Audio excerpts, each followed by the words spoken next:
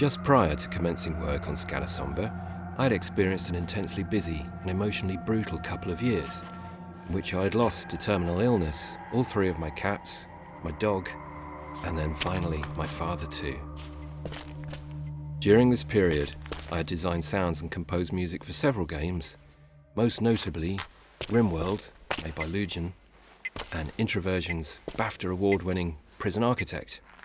To stay professionally positive, and therefore be able to write the mostly emotionally neutral or happy music that these games required, was not easy, but was nonetheless essential.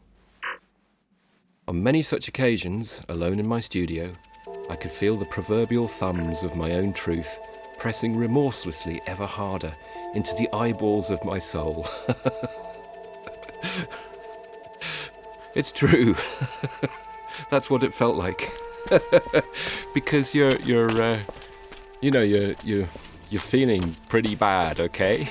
But your job professionally is to always, as a composer, stick to the story. That's 99.9% of the time what you have to do. You're there to amplify the emotions, and the emotions really are coming from the story, the narrative.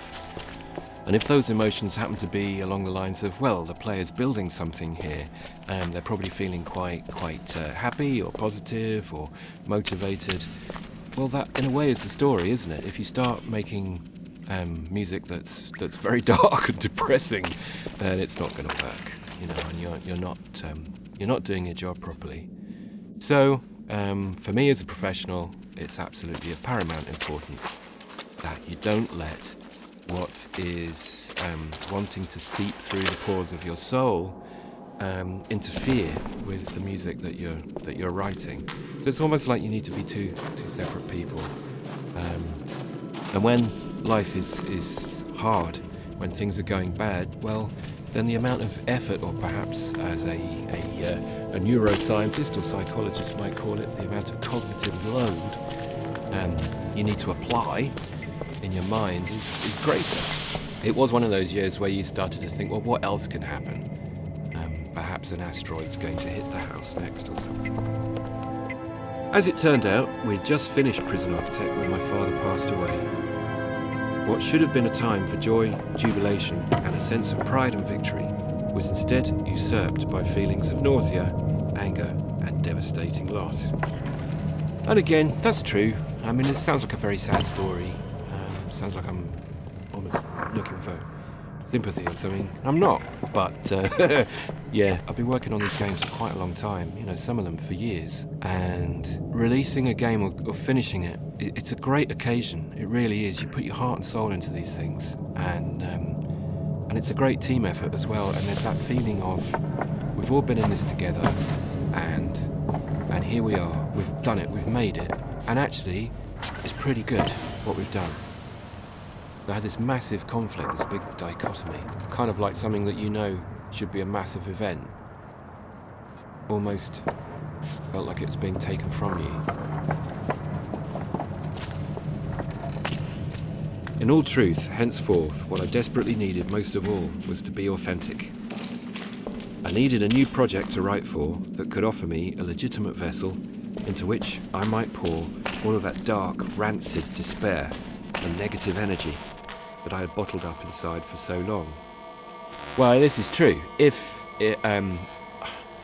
authenticity, passion, feeling it in your soul, it's all true. All of those cliches, you can't play the blues properly unless you've lived it, etc., etc.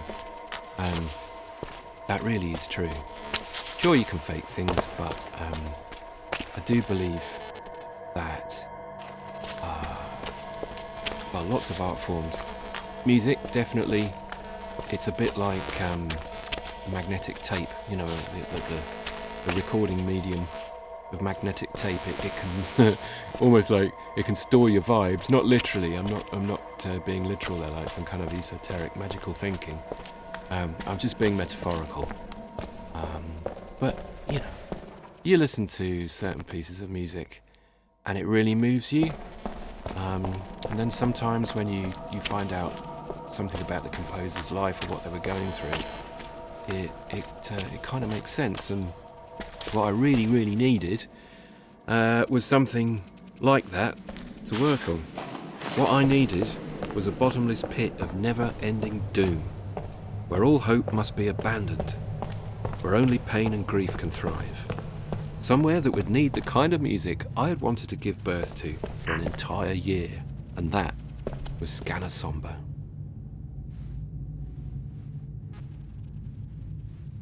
When once I got an idea of what Scanner Sombre might be about, I was absolutely elated. I was delighted for different reasons too, because it was talked about fairly early on that it might also be a virtual reality title, and I hadn't worked on a VR title. I grew up reading and watching science fiction where things like VR seemed way off in the future, and indeed they were. And the idea of actually working on something that was at the very early days of VR really excited me. Plus, the idea and the story, the main game, was fantastic. I thought it was brilliant. There's something about playing the finished game and how it feels. The game's a bit like one of those pieces of music, right? Where it's managed to, it's almost semi-shamanic in a way. It has this otherworldliness, yet at the same time, it crosses the gap between one world and this one. And that's what I love about it, because you don't really quite know what's going on when you start playing it, and then the further you get through the game, the more it starts to feel what's going on here, what's actually going on. Initially it's, well, what went on with these ancient people that lived down here, and then as the game progresses it becomes more about you. It's like, what's actually gone on with me? It is very dark, it is very lonely, it is claustrophobic, it is oppressive. You do feel like you want to be up and out in the sunshine and the fresh air, and be reunited with the world that you know best and you know most. But here you are, you're down here in the darkness and the damp and the loneliness, and you're so vulnerable. All you've got is that LiDAR scanner, and if that fails, if that goes out, you're lost. Will anybody ever find you? Probably not. But you've got to keep moving forwards. You've got to try and make it to the surface. And then when you get to that surface, that's when the real, true horror hits you.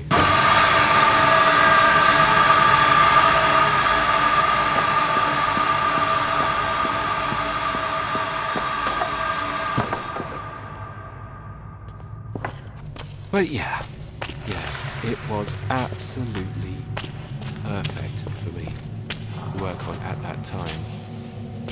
I had wanted to write music that was disturbing and dystopian and dark and lost and oppressive and claustrophobic and lonely and angry as well. There are elements of brooding anger and malignant intent in that music as well, like the lake level, what goes on there. There are brief moments of relief where the vibe changes, and when Chris talked about the art style for the river level, and we looked at some pictures of some caves, I think in New Zealand, that had these glowworms on the roof. We talked about what those glowworms may or may not represent. I quite like the idea that maybe they represented the souls of all the people that had been through these cave systems before and got trapped there, and here they were, almost like glowworms. Or were they stars? Does it represent the infinite, but you're trapped inside this cave? I don't know. But it gives you this respite, this break. Yeah, so that was nice. And then we returned to the darkness of the other levels.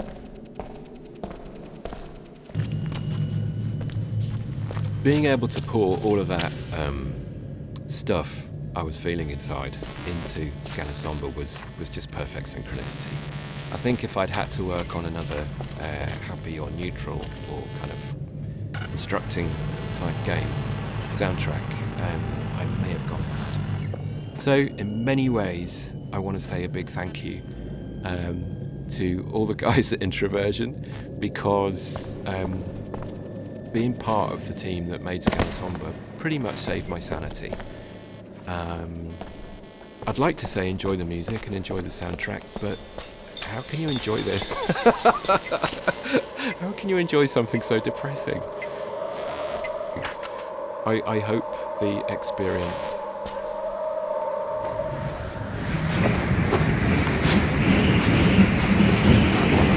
is a good one.